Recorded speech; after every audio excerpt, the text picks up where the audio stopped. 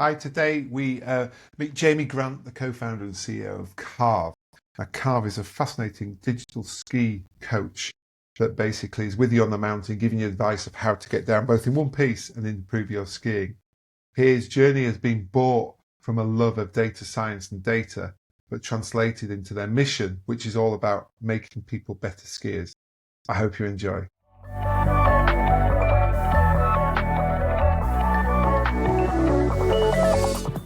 Hi, Jamie. Welcome to the podcast. Great to be here. Thank you for having me. As I said, we have a bit of a tradition that is great for our listeners and viewers to understand how you've got here and what you're here doing. So we like to start with a bit of a history of that journey from being an entrepreneur into the business that you've now built. But I think with this one, because the product's so cool, it'd be great if you could start with that product and explain so we all understand. Then you can go back to say how on earth you came up with the idea. Yeah, absolutely. So, I'm the CEO and co-founder of Carve. Carve is a digital ski coach, and the mission of Carve is to improve the quality of your skiing so that you have more fun. It started about 10 years ago when I was studying at university, and I saw there was lots of tracking apps to try and help you kind of measure the distance or measure the speed when you're skiing. But the big problem I had, because I actually started skiing when I was 18, was that I wasn't very good at skiing, and I wanted something that actually would help me improve the technique of my skiing. I find it very frustrating that I would see myself in videos and I wouldn't be very good, and all my friends were way better than me, and they'd be kind of waiting for me, and then as soon as I arrive, I'd be absolutely exhausted, and then they would say, Whooshing "Oh, off. yeah, just when you were great." And so, and my background was quite a technical background. So I studied physics and I did a PhD in financial economics. So I had a lot of technical chops. And I really wanted to kind of make a product in this space that, like a product that would actually help improve my skiing technique and hopefully everyone's skiing technique. So it started off with the idea of actually having a hardware product. So this is what the product is now. It's basically a physical product that you clip onto your ski boots, and then that sends data to your phone so that every time you do a ski run, you actually have an analysis of your skiing technique. And the way we do that is we have a ski IQ. So average skier gets 100. Very best skiers in the world can get about 170, 180. And you get that every time you stop. So any kind of sort of piece of skiing that you give us, we basically rate that piece of skiing so you have a score. And we find it very powerful just to have a score, because then you can focus on basically improving and making that score higher. Now, we don't just sort of tell you if it's good or bad. We really try and understand like what part of your skiing that you need to work on. So we've got a team of 5 data scientists who've done incredible work over the years to basically understand not only what good and bad skiing is, but what are the interventions we can do to improve it. And that comes through in the product. And probably the features most powerful and most proud of is the concept of real-time coaching. So it kind of goes back to when I started Carve. One of the problems I really had was like I would get feedback from my friends, but they would be the end of the run. So the thing I really wanted to crack was like, could I get feedback as I ski? So rather than just kind of waiting to the end of the run to get the feedback, could I get it at the end of every turn? And so we developed this real time kind of coaching gaming system where we work out what you need to focus on, and then we give you feedback on it every turn. So you imagine if you do a good turn, you get like a jing, and then if you do a bad turn, you get an eh. And we try not to make the eh too negative, but it's a very powerful experience because you're kind of really, and it slowly gets a little bit harder. And so imagine you're just trying to like get your edges over a little bit as you kind of begin to carve. Getting feedback every turn is very powerful, because essentially what it does is it helps you develop an intuition for this aspect of skiing. And fundamentally the problem we all struggle with skiing is that it's a very counterintuitive sport. And so by getting that feedback as soon as you finish the turn, it kind of helps you develop an intuition for what good skiing is. And so obviously if you're lucky enough to grow up skiing from the age of 3 or 4, then you don't have to worry so much about like learning that intuition. But for anyone that's really trying to improve their skiing, then it's very powerful to get it every turn. So that's the kind of basic product. In terms of how I got there, I did a undergraduate at Oxford where I studied physics, and that kind of gave me the basic kind of understanding of how like mechanics and how we move through the world. And then I did a PhD in financial economics, and during my PhD I specialized in machine learning. And so essentially what I did is I spent 5 years looking at data series of financial assets, trying to find patterns. So you And invented AI, basically, Jamie. Is that what you're saying? yeah, yeah, this was before AI was This cool. was a Um, forerunner, a forerunner. yeah, Yeah. yeah, this was like 10 years ago before AI was cool. But I spent all this time. I thought, oh, like obviously we've got all these clever techniques to identify patterns um in uh in financial markets, but actually if we applied that to skiing and the actual kind of learning of skiing, we could actually start to really understand what it is to be good at a sport. And so, very few products have really tried to do this, like to actually try and understand what is good. And so in skiing, historically, we just have the speed, so racers have the speed down a course, and obviously the tracking apps give you that speed that you're skiing. But I think most instructors would say that, from an average recreational skier, there's not a lot of correlation between how fast you're Speed's going not good. Speed's and not how good. good Yeah. you are actually at skiing. Yeah, I mean, potentially at some points there's even a kind of reverse correlation. So yeah, that was the kind of like the genesis of the business. And I was very lucky to when I was studying at Imperial for my PhD to meet my original co-founder Pruth, and yeah, we kind of set about building the first Was version of Carve. were they instrumental in choosing skiing? Obviously, because what you studied could have been applied, like you'd said, to lots and lots of different things. But was Mm. it their insight in skiing, or was it your? Because you said you didn't ski till you obviously got to uni, nearly, had you? So Yeah, yeah. So I skied from my undergraduate. I started skiing, so I had about 4 years of skiing at my undergraduate, and then I started my PhD. And then during my PhD, I started sort of thinking about this. So I had a few years. okay, so you've been through the pain of stumbling down a mountain Yeah, I in wouldn't a say I in was a great, but yeah, yeah. as I probably had about sort of 10 weeks of skiing by then, so I wasn't terrible. But like, I still really wanted to improve, and I still really remembered the pain of improving. And no, it really was always skiing. So, um, we kind of, yeah, we always kind of had this focus on skiing itself. We definitely thought, if we can crack skiing, we can go to other sports. As we've kind of grown the company, we've realized how huge of an opportunity there is just in winter sports and skiing because it's so unique and hard to really try and teach a sport. We actually, if you can crack that, then it's an incredible opportunity in itself from a business perspective, and an incredible opportunity to add so much value to the skiing market. Like we're still only 0.03% of skiers, I think, have Carve. So we obviously believe we can Decent make that a market lot to go bigger. at, yeah. Yeah, exactly.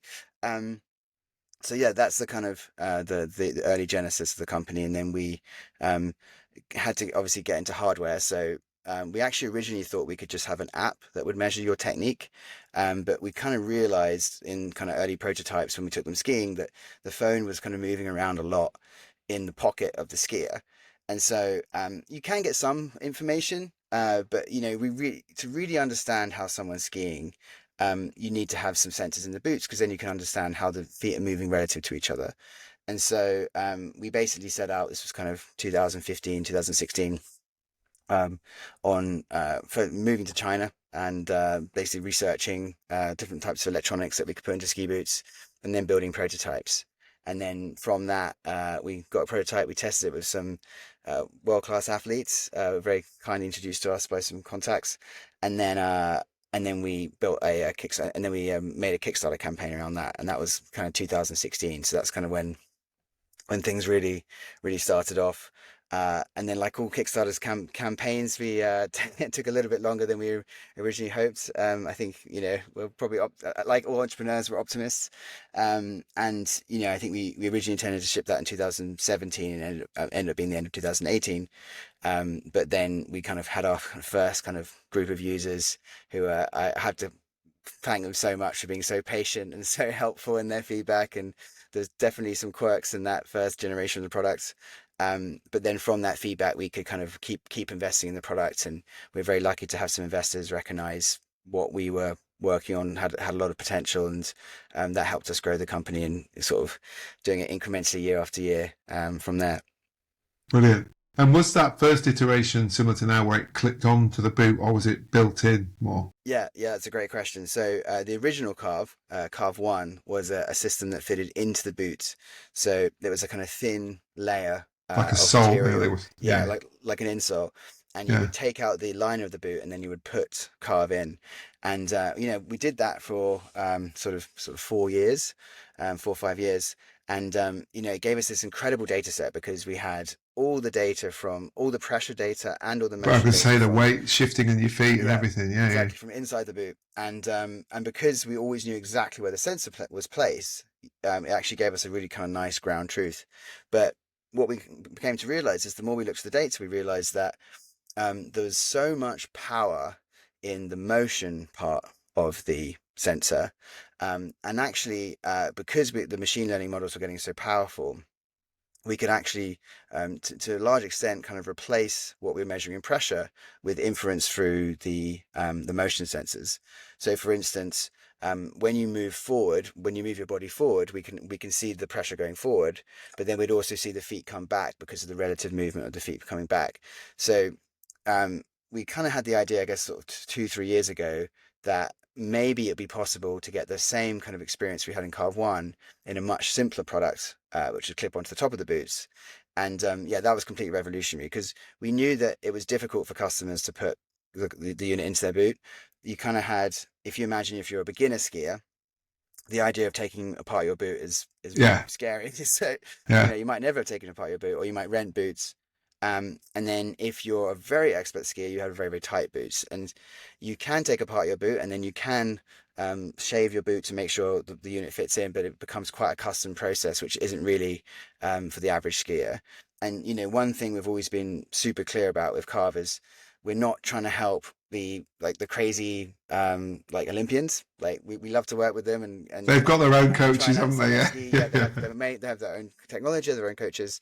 Like, for us, it's really taking the average skier and making them better at skiing, so they have more fun. And we always had this concept of like democratizing coaching, and basically leveling up the actual skill of the whole uh, industry of skiing. And so we've always pushed to do that. And so anyway we can. And so we saw the old product as, because it had that friction of having to fit it and having to take apart your boot, basically. It was kind of holding us back. It's And just a so barrier you don't yeah need, isn't it? yeah When the tech. but it was only possible, I have to say, because the data science team and my co-founder Jamie Salter did an incredible job at taking the huge data set we had. I think it was 1.2 billion ski tents, and using that. Decent amount of data Yeah, to build. exactly. Yeah, yeah. Using that huge data set as a starting point to train models that would actually go and that would create Carve 2. And then we actually moved the whole user base from Carve 1 to Carve 2, where you just have this unit that clips into the top of the boot. And yes, it's been completely revolutionary for the business. But I don't think it'd be possible to have done what we've done without Carve 1, because it gave us that starting point. All of this is it's a journey, isn't it? And like you say, you learn, and the fact that you've been able to, I suppose it's interesting, isn't it? The democratization that you talk about there, very much so. If my son's just going once a year and he's hiring his boots, then he wants something he can do if he goes again, doesn't he? Exactly. He doesn't want to be stuck in that, because he maybe doesn't know whether he likes it. So I think that's fantastic. And you've not had any sort of, people haven't said, "Oh, I've missed this bit of that old system." They've realised they pretty much get what they had before, do they? And I suppose then you've them evolved and developed the actual offer as well with the feedback. But I mean, you have to keep in mind that the product is changing so much every year. Like, every year we take everything we learn, and we build a significantly better product. And we have some internal metrics around how accurate the product is and how closely it agrees with ski instructors. But these, because of that momentum in the core product, then by just sort of saying that the core product is Carve 2, then it's very clear to people that there's so much new awesome stuff, more powerful methods of coaching, more accurate measures of technique, that it really helped the it really kind of captures the attention. And I think the thing, there's nothing. And we have kept feature parity, so pretty much all the features that we had in the previous Carve was there, but it's much more around like how much easier it is to work with, and that's been the big push. So yeah, we definitely had some skeptics initially. I'd say as a scary thing, we had obviously some people on Reddit, as always, weren't Very convinced. helpful. Yeah, yeah. But I think, the data stands for itself. Like we prove to ourselves that we have these internal metrics of accuracy, and we could see the new version of our system with Carve 2, because we made so many improvements across the whole system, was actually more accurate. It agreed with the ski instructor more often when it was kind of rating skiers than the previous version. So we knew it was the best move to business. And how did you? Sorry, I'm fascinated because Mm, I love my skiing. How did you? Yeah, like you say, there you've got that surly French ski instructor that we've all had in our past. How mm, did you translate what he would or she would teach you into the technology, or is it more you tracked good skiers and saw what they did and then tried to set that as the standard and built the data patterns that mm. way? Yeah, it's definitely, I'd say it's probably more of the latter. Yeah. Um, and I think, I think it's a fascinating problem to try and understand what skill is in a sport. So many Yeah, complexities in it, aren't they? Yeah. it's the nuance of all these small movements that we do that make up skiing. Um, and the way that we've approached it is we've basically worked with found the best skiers in the world, and then looked at the data and then tried to kind of understand what aspects of their data are really kind of indications that they are a great skier. So to give some simple ones, you can, for instance, look at the edge angle, so the angle that someone's making on the slope. You can look at how the feet are moving together. And then you start to basically develop this picture of like, okay, better skiers are doing this. And then the next step is you kind of work out those ingredients, you speak to instructors. And then the next step is basically to optimize that over your data set to prove to yourself that your system is actually getting better and better at understanding good and bad skiing. And then the really tough bit is once you're good at parameterizing skiing, then you have to really kind of work out like what is the best kind of gamified way, really fun way of getting you up, that's taking you further on the skiing journey. So if you're doing a snow plow and you're just trying to do parallel, like how do we make that super fun so you kind of enjoy that like moment of parallel? Or if you're going from parallel to carving, like how do we give you that kind of gift, and how do we integrate that into like a fun, powerful experience? So yeah, there's definitely lots of elements to it. I'd say the skill is a lot more around not just sort of copying instructors, but it's sort of saying what can we measure well that corresponds to technique, and then how can we make and then how can we make that into a really powerful, fun experience? Because there's so many things that instructor does that we wouldn't even try and do. But our view is that if we can find some elements and a decent kind of set of elements, then we can actually provide like a very powerful improvement experience that actually is very complementary to occasionally having instructors. So, we always think about the world as 90% or 99% of ski time is without instructors. People, an average skier might have, well, probably about 1 in 20 skiers have a lesson in the whole year. And then if you think of the individual time, it's sort of 99.5% of ski time is actually just people skiing around on their own. And so our kind of view is like not so much competing with instructors, but thinking about, okay, that time, that 99.5% of time is an opportunity, when people aren't skiing instructors, is an opportunity, presents an opportunity where we can still get people better. And if we can get people better, they can have more fun when they ski. And so we find a lot of people, they might occasionally have a lesson with an instructor, but Carve gives them this great kind of framework that kind of guides them between those lessons so they can keep on improving at their skiing technique. Brilliant. So, how did you, once you got the product of the Carve One and then Carve Two, how have you gone about selling it? Is it something you do in resort, or is it something you just generally advertise? How have you got to the customer? Yeah.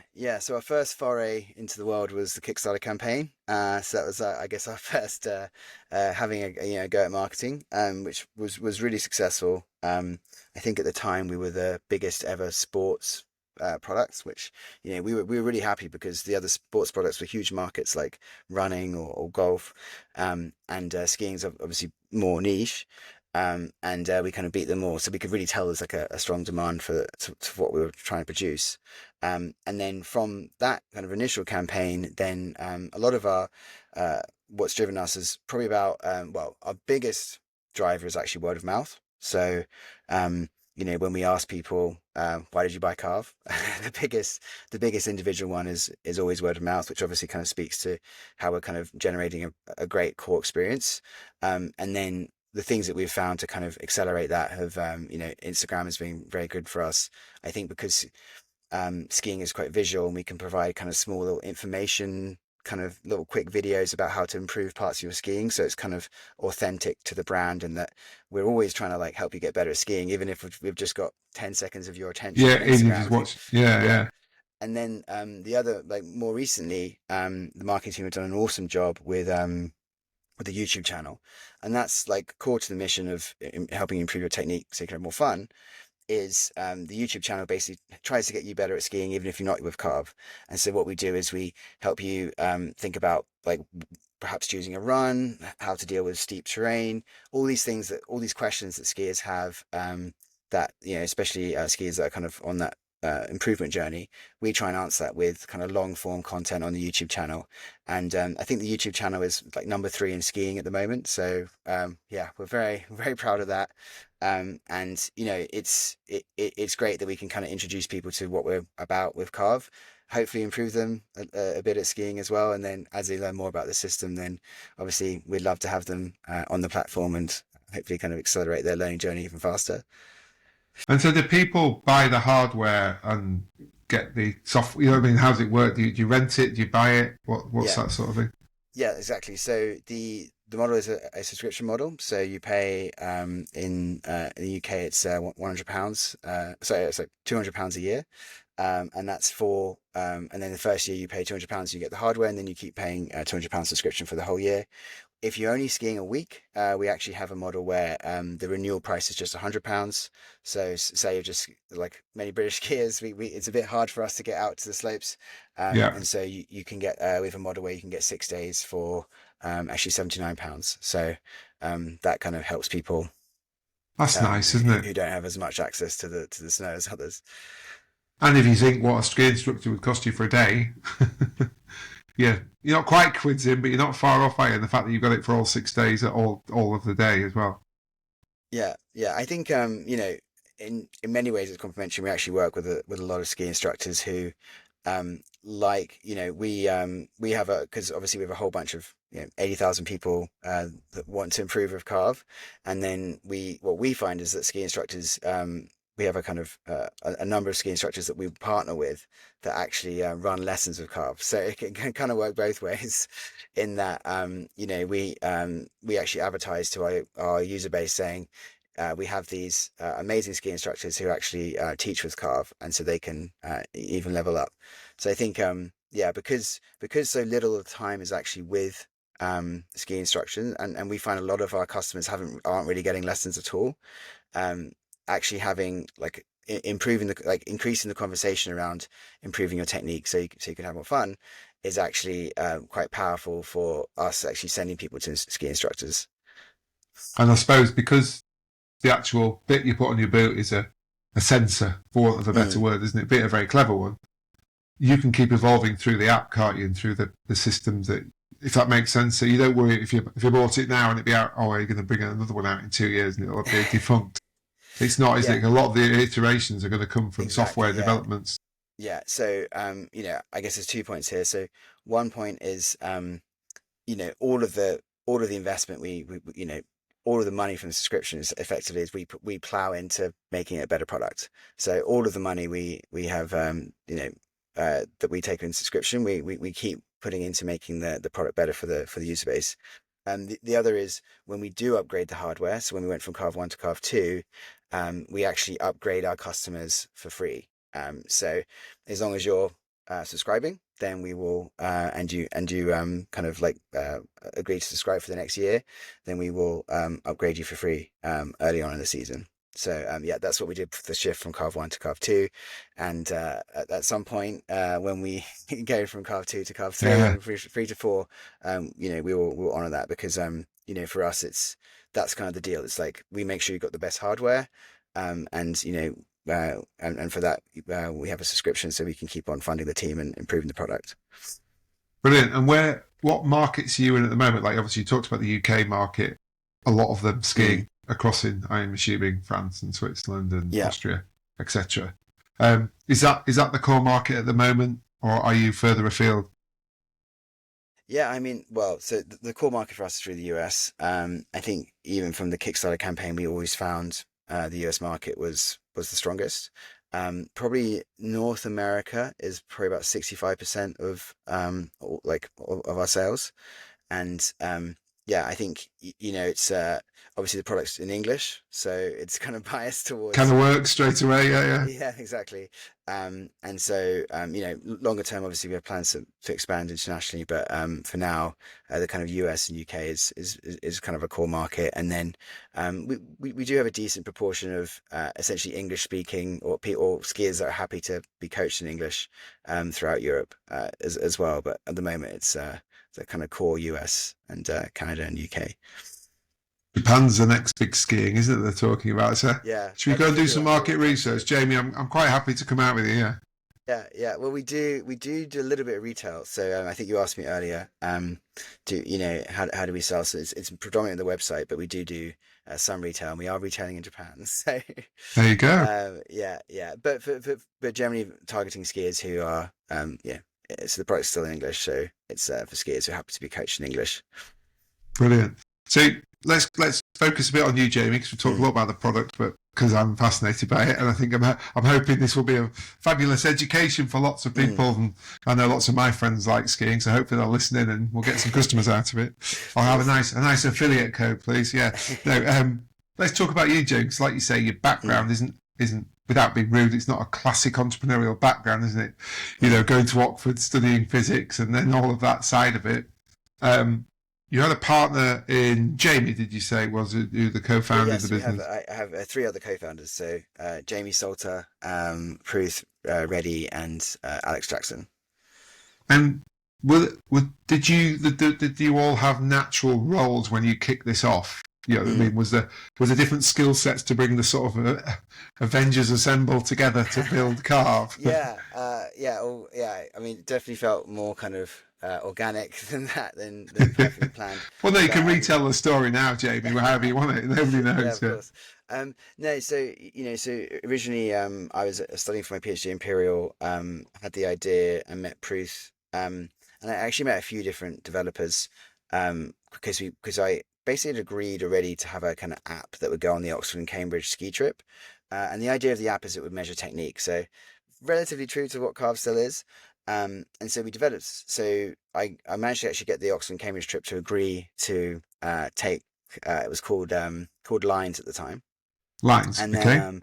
the original app, and then basically I coded an app that got the data from the phone, and I'd done all the analysis because it was my kind of background as a PhD in physicist, but the actual experience of the app and the UI, and it was just numbers. It's just like A little numbers. bit, little bit clunky, Yeah, let's say. yeah, Yeah. yeah. So you kind of need to download the data and put it into your laptop. So it's obviously like that user experience wasn't really working. And so, I knew that I needed someone to actually develop an app. And I knew that my coding skills, and certainly not then when before the days of AI vibe coding. Yeah, you could Uh, easily do it in 5 minutes now, couldn't you? yeah, maybe. Um, but yeah, certainly at the time. And so yeah, very lucky to meet like Pruth, who had really made a kind of app as part of a project he did when he was part of an internship, and they'd also kind of worked with servers before. So we kind of had the app. The app would do all the processing locally, and then it would also send the data to the server, so the server could give you a leaderboard. So the pitch to the university ski trip was like, hey, we're going to measure technique, we're going to have a leaderboard, and then we have a prize system, and we had kind of Nice, we that have these nice kind of gamification of it all, which yeah, is yeah, vital, isn't it? basically. Yeah, Yeah. And gamification around being a better skier, not just skiing fast, but actually yeah. better technique. And that's kind of what I mentioned, we made a good start. We could kind of measure G-force of the turn as you were skiing around a corner, which is obviously relates to technique. But we didn't really kind of actually be very useful in terms of helping you improve, very, very basic kind of model at the time. And that's how we shifted to the hardware. And then so Pruth and I, it was just Pruth and I initially, went to China, and started developing the hardware. Did all those tests, did some kind of very, managed to get some really kind of basic Arduinos, which are these kind of systems where you, um, have a little board that basically takes data from sensors, and we kind of made a kind of very kind of large version of Carve, basically, kind of like a box this big. Gaffer Um, taped onto your yeah, boot. yeah, kind of, yeah, exactly, yeah, loads of duct tape. And then we took those skiing with my data first, and then we had a bunch of actually quite good skiers. So we had Dave Riding, who's one of the top UK skiers, and so we managed to collect some really good sort of benchmark data from top skiers. And then and then what was cool was that people in the industry were really getting very excited. Just being able to see essentially what a good and bad turn was something that people had kind of talked about and sort of spent, hours and hours of time in bars talking about what makes a better ski turn. And suddenly we actually had data behind it, and it was a very kind of, I think the industry really kind of got excited by it, which first of all, it was very helpful when we were building it, because people were very very generous with their time and helping us kind of understand what good and bad was. And then we collected all that kind of data and all that video and the kind of evidence that we could build this into that Kickstarter campaign. And then, things really took off. And then Jamie Salter saw the Kickstarter campaign, and he's a friend of a friend, but he basically reached out, and so then we were kind of three co-founders, and then we were I think the year after, Alex Jackson joined us, and so then we were four. And so, Pruth and I are kind of, well, I'm the kind of visual machine learning guy, but now obviously focus more on the business itself. Pruth is CTO, and then Jamie Salter was originally just doing the hardware, but then broadened his skill set to the whole kind of AI stack, and actually did a master's at Imperial in AI. And then Alex Jackson is focused on marketing. So it's a kind of really nice balance, co-founding squad that kind of That's touches all key brilliant. parts of the business. Yeah. And has all of your skiing improved, the four of you? Yeah, you can see it. Yeah, I've got the evidence to You prove can it. give me the Yeah, data. Yeah, I was about yeah, to yeah, say. exactly. Yeah. So yeah, I've always improved my skiing.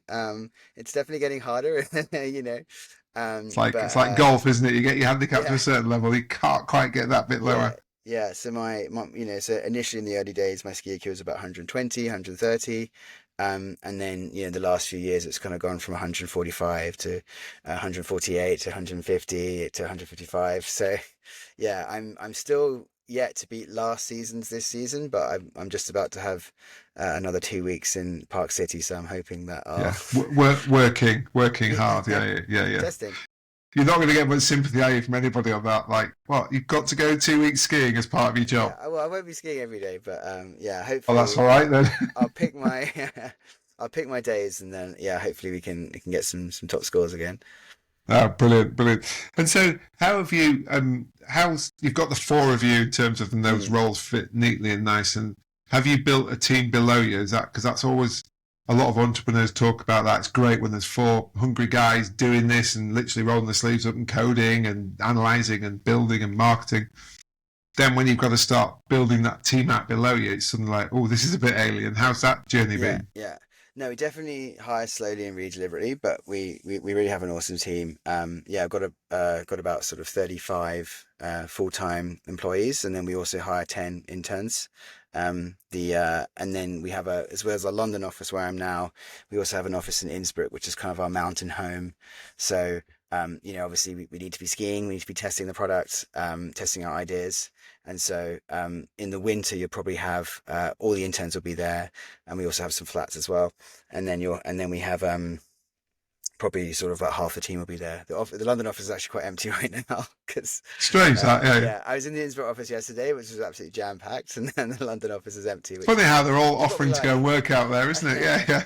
Yeah. No, I mean, for us, it's, I guess to your point, like, how did you hire great people? I think, we just kept on finding people who like love skiing, but also incredible data scientists, or, incredible engineers in machine learning, or mechanical engineering. And they never kind of imagined that you could combine I can have a job and have that. the two. Yeah, yeah. Yeah. You never imagine you combine your advanced understanding of machine learning and statistical methods to skiing. And so for us, it's like it's such a powerful kind of recruitment strategy to basically have people that are like passionate about skiing, but also like amazing what they do. And so yeah, we find it kind of creates this like very powerful cultural flywheel where we get people that are really passionate. That gives great energy to the business, and then we can keep scaling that. So I think yeah, everyone, people ask me how do you build the culture, but I do think in some ways it's great to have like one kind of thing that you like doing as a team just naturally. Yeah. Yeah, And having that having happens that to be your definitely. core product, or is Yeah, a great exactly. thing, isn't Yeah, it? Yeah. yeah. So come Yeah, on, but Jamie. Sorry, go carry on. it creates a lot of positive flywheels basically in the way you interact with the product and the customers as well, because the customers are passionate and they kind of bring a lot of passion Yeah. as well. And you get that, like you say, that actual feedback as well as the data. You've got bucket loads of that, as you said. But again, somebody starting a ski holiday, we'll talk about San Martin that we talked about earlier, Mm, last week, and then their score going up from 100 to 110 in a week. Not only have they had a fabulous week with lots of lovely food and incredible scenery, that's a lovely thing to finish a holiday on, isn't it, as well? It's like a lovely, like you say, the flywheel's a lovely way of seeing it even from a customer's point of view. yeah, yeah. I wouldn't say the score is a kind of end in itself. It's for us. The thing is, you're getting better at skiing and you're having more fun. So, Yeah, yeah, yeah. and the score. Yeah, it's good to be competitive yourself, like but the score is a mechanism that we basically use so that you focus on your technique. And one of the biggest things about improving is that focus. And so obviously. The real gift we have is that you're more confident on the slopes. Maybe you can only do reds, but now you're going onto blacks, or maybe you've gone from blues to reds. Maybe you're like more confident with speed because you've basically developed the toolkit of essentially of like better skiing, so that you can actually like handle that speed and have more fun and kind of enjoy the essentially the g-force of a sort of harder turn. So yeah, that for us is all of the elements that we do in terms of the product are kind of towards that. And obviously it creates a really fun game in the process. But it is it's not a game just for itself. It's like Yeah, it's it's not not just for the it's sake not of just it. Candy Crush. So Yeah. it's like yeah Oh, there's it's nothing wrong with that, though, no, either. of course, of course. But it's like skiing is a game itself, right? It's just like a fun activity we do. But it is hard to kind of progress in it, and so we like to kind of layer on a game on top of skiing. But that game is to improve the underlying game of skiing itself. No, I get it. I think that's great. So look, you've spoken about a wonderful journey, and Mm. and I'm sure there's been some challenging moments in that. It's not all this lovely glossy PR'd front. How have you been at dealing with those challenges and those setbacks? Because we all know luckily we've all had our own businesses, and there are ups and downs in literally skiing. But yeah, so Yes. so how have you dealt with that, Jamie? How have you managed to get through Yeah, that? I'd say definitely yeah, there's definitely some really tough times that we've gone through. And even when things were going well, it was really tough. So before Kickstarter, I think was probably one of the most nervous times in my life, because we'd worked sort of 2 years and we didn't know really. People said they like it, but we didn't really know. And and you're really putting yourself out there for the first time. It's just incredibly nerve-wracking. um, but I think, I mean, certainly, and those other times when like COVID hit and we were kind of trying to raise a funding round at the same time, and at the time we thought maybe no one will go skiing, maybe the economy is going to crash. That's it. Yeah, there's not going to be a product. So there's definitely some ups and downs. I think what really gives me kind of energy is the customers. You see these stories of people just getting so much more joy from skiing because we help them get better. And I think, the thing that I find very powerful is as we get bigger and, at the moment we've got sort of 80,000 customers, and in a few years we have 200, 300, 400, a million, then all of those individual people, you're kind of elevating their experience. And so it's really cool to be sitting in here in the office in London, thinking, I think sort of like 6,000 people ski today with Carve. and got like a a marginally better experience. But to scale that is just really powerful. And I think yeah, when things are tough, it is kind of cool to see that. And the marketing team are incredible at capturing our users and getting testimonies from them, and have we have these amazing internal videos that kind of make us realize that the impact we're having on people skiing. So yeah, it does help when you're you're really struggling, or you're trying to like raise an investment round, or yeah, things are tough, to know that there's a That's lot of brilliant. people out there that appreciate what we're doing. I was smiling, so obviously if people are listening, they couldn't see me smiling as you gave that answer, because I love the way you went straight back to knowing exactly how many people had skied using Carve yesterday. Yeah, It's like that. we watch it Six every thousand day. Yeah, seven of hundred and course. Yeah, forty-two were to yeah, go, have done this yeah, many miles today on the ski yeah, yeah, slopes of yeah, Europe and America. Yeah, it's yeah, just yeah, that you're never going to take that out of you, are you, Jamie? That's always going to be there, which is yeah, crucial. yeah. Probably did about 3 million turns. I mean, I don't know the exact number, Yeah, but you do, yeah. don't you, Jamie? You do.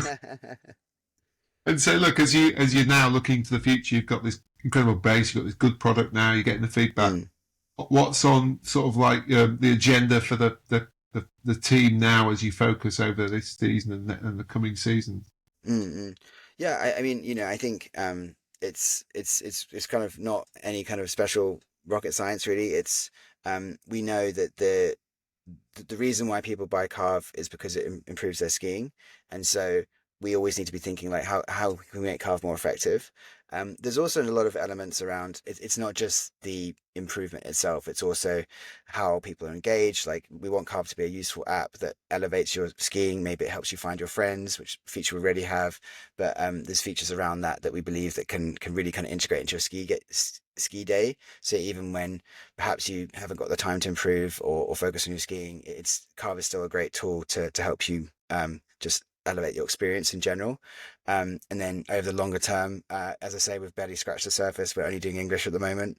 Um, in the near term, we're focused on improving the core experience. So we haven't gone to other languages, but obviously as we get bigger, that's a key thing for us to tick off. Yeah. And you've got, like you say, that base product down to, yeah, this is good now. Now let's translate it to open up the markets. Yeah. Yeah, yeah, Exciting time. Exciting times. And so, yeah. No, look, it's it's, it's been awesome. we always love to finish on a question which you've been through quite a journey. Like you say, you've been through the fundraising, you've been through the product development out in China and all these things. As you look back now, Mm. after getting to this stage, is there a sort of a piece of advice you'd give to young Jamie or Pruth or Alex or you know what I mean? That idea that you think, I wish I'd known that when I started this journey. It might have Oh, saved a bit of yeah. stress. Might have just got me, kept a few more less grey hairs up there and things. Yeah, that's a good question.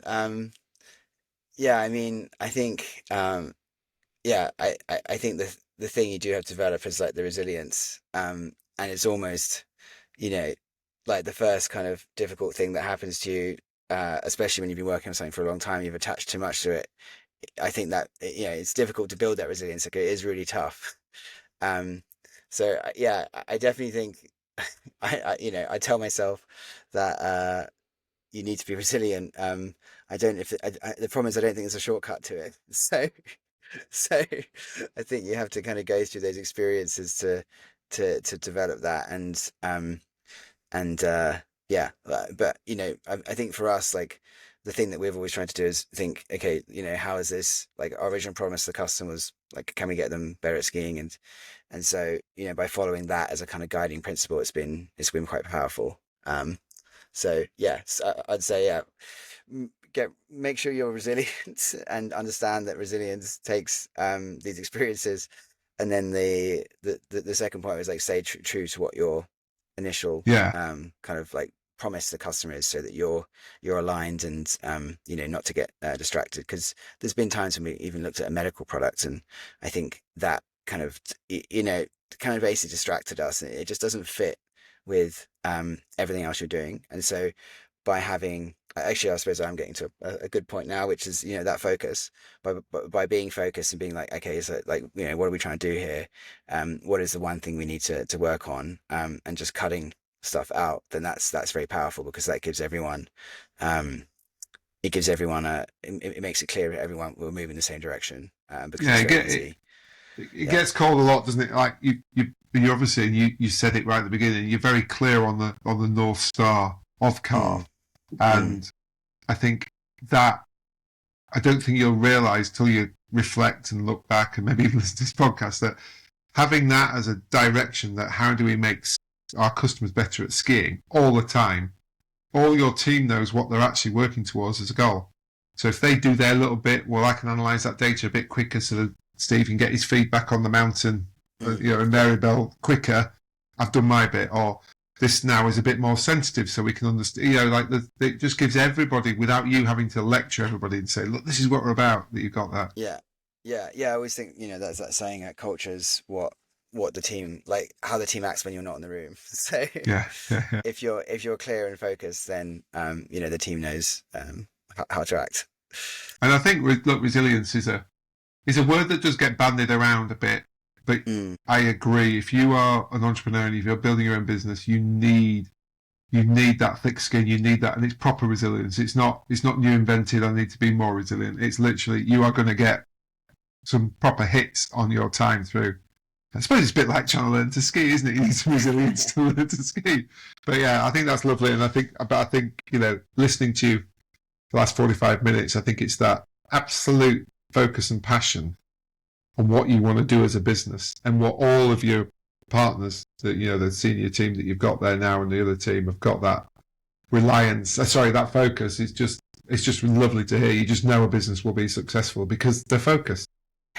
well, yeah, I hope so. I guess we don't take anything for granted, but yeah, I think it's really awesome to be in a situation where, like, your focus, you're working on your passion, and I think that creates lots of positive, like reinforcing positive effects. Brilliant. Well, Jamie, thank you so much. I will look forward to seeing your score get to 170 to your professional level. Oh dear, it might take a while. Yeah, Yeah, thank you so much for having me. It's been super fun. great to hear. Thank you.